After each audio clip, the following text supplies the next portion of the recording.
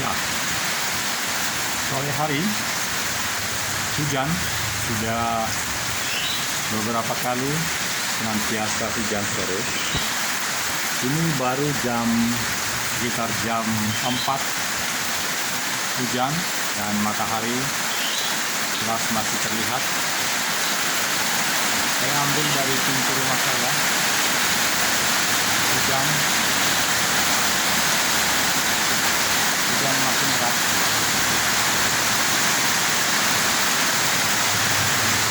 Saya baru turun halaman depan ini tadi.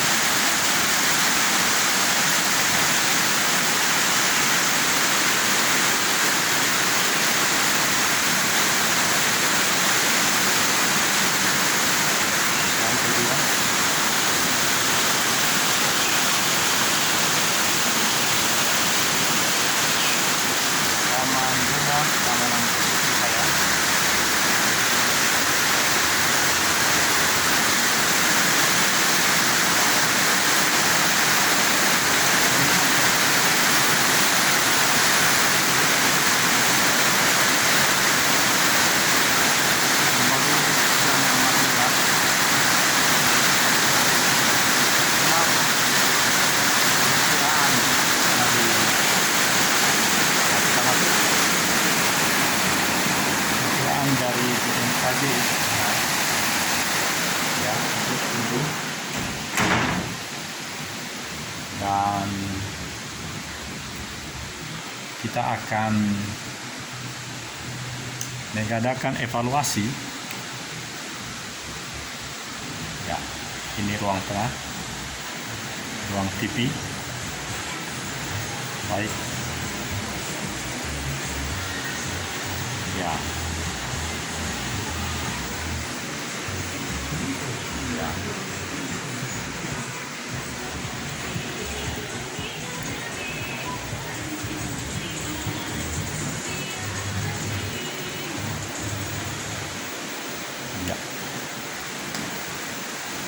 Baik.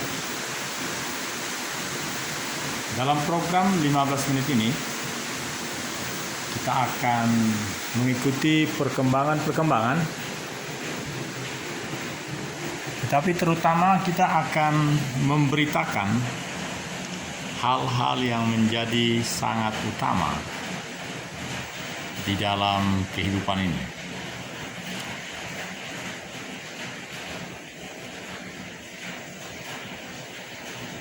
Ya, memang rumah ini adalah lebih rendah dari jalan dan sedemikian rupa dibuat rekayasa. Oh, kita mendengar sedikit. Oh, ini trauma healing bagi anak. Ya, kita lihat sebentar.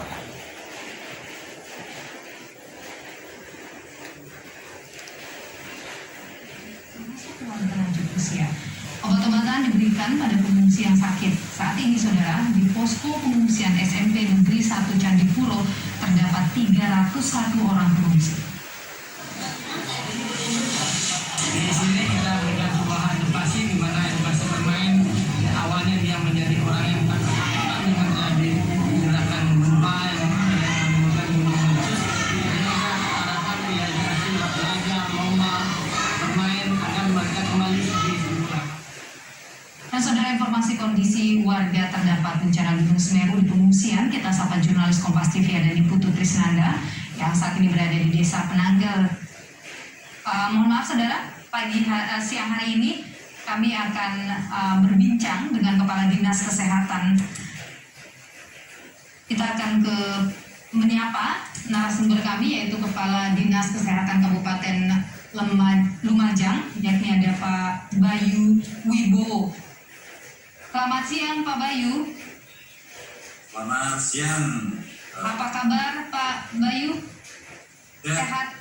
Pak Bayu, ini kita sudah sepekan ya, para pengungsi ini atau korban bencana Semeru ini berada di pengungsian. Saat ini bagaimana secara umum kondisi dari para pengungsi ini?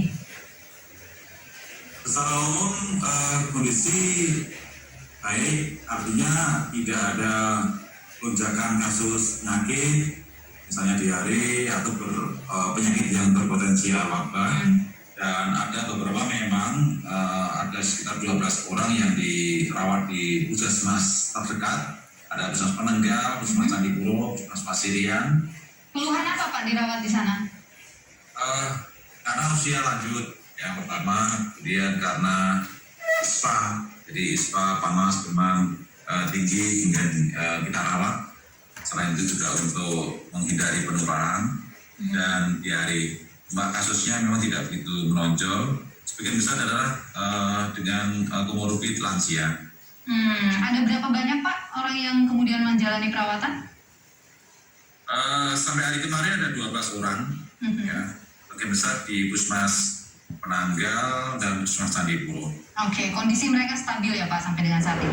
Stabil, tidak ada tanda-tanda yang membahayakan, dan yang paling banyak adalah kunjungan atau pelayanan rawat jalan oleh para tenaga kesehatan, baik itu oleh puskesmas maupun oleh para relawan. Dan yang rawat jalan ini rata-rata adalah ISPA ya Pak? Ya, sebagian besar ISPA, kemudian mialgia, kemudian ada yang diare. Cuma kasusnya yang paling banyak adalah ISPA. Kalau anak-anak Pak, kondisi mereka? Anak-anak kebetulan ada anak bayi ya, bayinya sekitar 20, anak-anaknya sekitar 300 lebih. Itu sebagian besar kondisinya baik karena teman-teman di puskesmas dan relawan selalu mengontrol mereka, termasuk mungkin anak-anak dengan status gizi yang perlu perhatian, kemudian juga ibu hamil, bahkan ada beberapa ibu hamil yang melahirkan dan harus kami kelola. Kami sediakan rumah aman, jadi kami menyediakan rumah aman untuk ibu hamil yang telah melahirkan, yang pulang dari rumah sakit, kemudian kita tempatkan di rumah aman ibu bersalin. Bersama dengan Ibu Lumajang.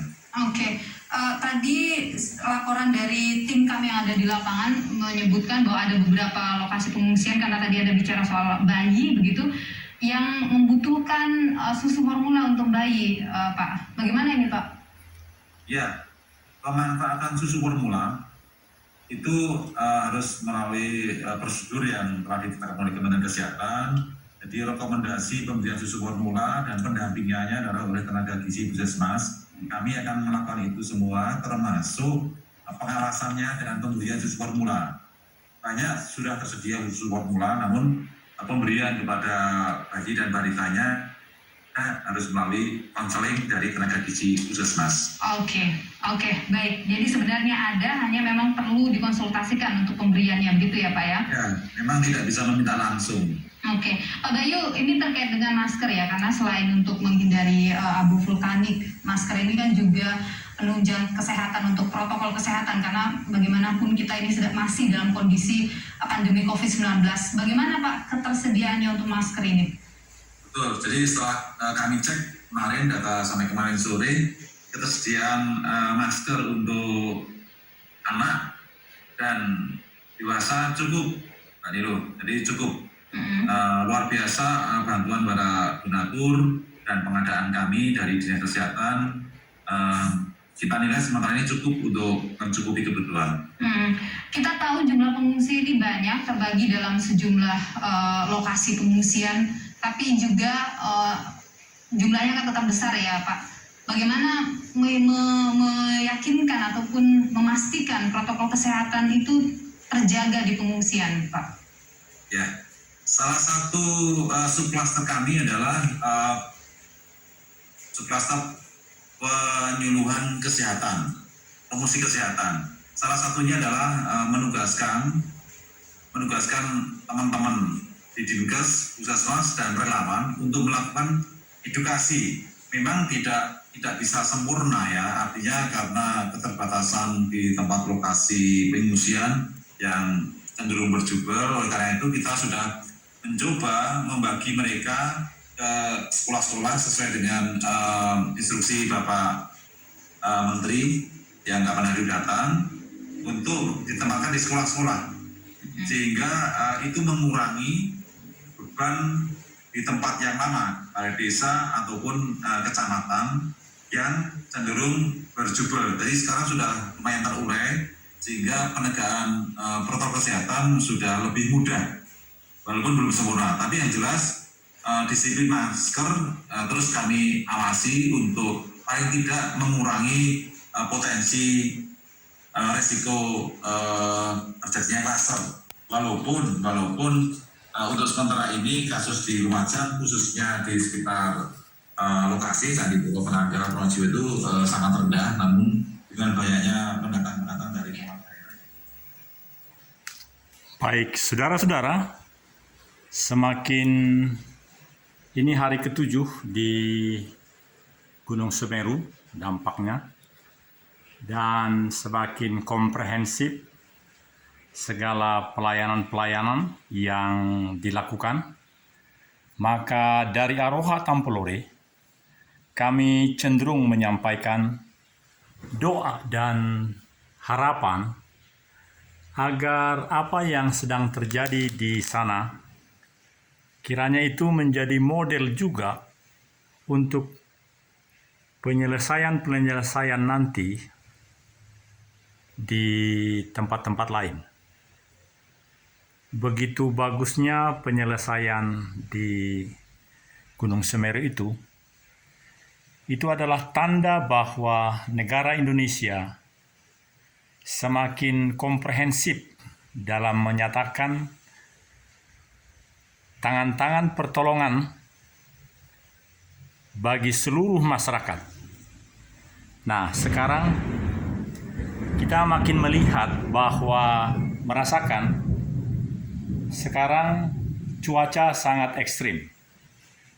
Jadi kami sangat menduga di Aroha Tampolore bahwa segera akan ada hal-hal yang serupa atau alternatif lain dari kejadian Gunung Semeru ini.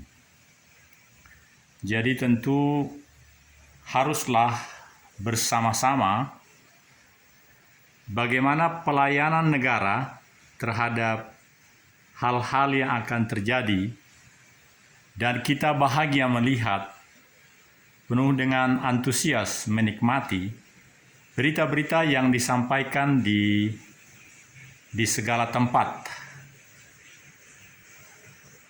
dan sangat menawan hati bahwa pola penanganan ini sangat menjadi baik. Oleh karena itu, dari Aroha Tampolore kami juga mengharap bahwa kami di Tampolore akan juga bangkit. Kami boleh merasakan serasa kena Gunung Semeru itu juga 20 tahun ini. Kami 20 tahun merasakan itu. Memang tidak ada ledakan atau langsung mati 40 orang, jenazahnya ditemukan, tidak. Yang kami rasakan adalah tenang-tenang saja, tetapi sungguh lebih parah dari pengalaman yang di Tampolore.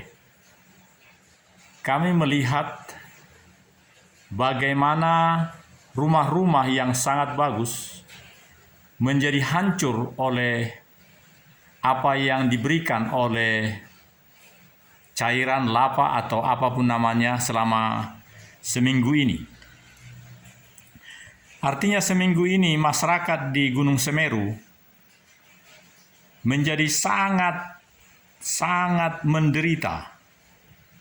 Tetapi tidak menderita juga karena banyak bantuan, banyak datang, banyak perhatian, bahkan TV, Kompas TV, dan semua yang lain menyiarkan.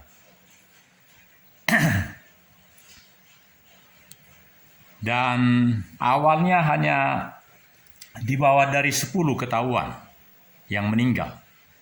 Tapi sekarang kami di Aroha Tampolore memperkirakan bisa sampai 50 nanti bila ditemukan jasad-jasad yang sudah tertimbun 4 meter atau bahkan rumah pun, mobil pun tertutup, tinggal bagian atasnya. Karena itu Uma Ina di Tampolore, mari kita melihat, merasakan, menikmati bahwa perlakuan dari negara sekarang, mereka baru seminggu terlihat semua yang sudah bagus itu. Saya bandingkan rumah-rumah di desa-desa kita. Saya banyak di Watutau, desa-desa di Watutau, rumah-rumah kita dengan rumah-rumah yang di Semeru, ya samalah. Hasil kehidupan juga samalah, pertanian, mereka juga pasir, tambang, dan lain-lain. Nah, yang menarik adalah mari kita berpikir positif, bahwa ini saatnya kita makin memiliki suatu sikap positif, affirmative action, terhadap apa yang akan terjadi sepanjang bulan ini, hari-hari ini, sampai dengan bulan November tahun depan, presidensi G20. Mari kita buktikan bahwa kita pun bisa bangkit. Bangkitnya orang-orang di Semeru adalah karena dibantu oleh pemerintah. Kalau kita bangkit oleh karena doa dan keyakinan iman serta kerjasama kita semua, itu justru sangat luar biasa Bapak Ibu. Oleh karena itu, dari Aroha Tampolore Channel, saya mengajak kita semua untuk makin bangkit. Aroha Tampolore, Aroha Tampolore, Aroha Tampolore, Aroha Tampolore.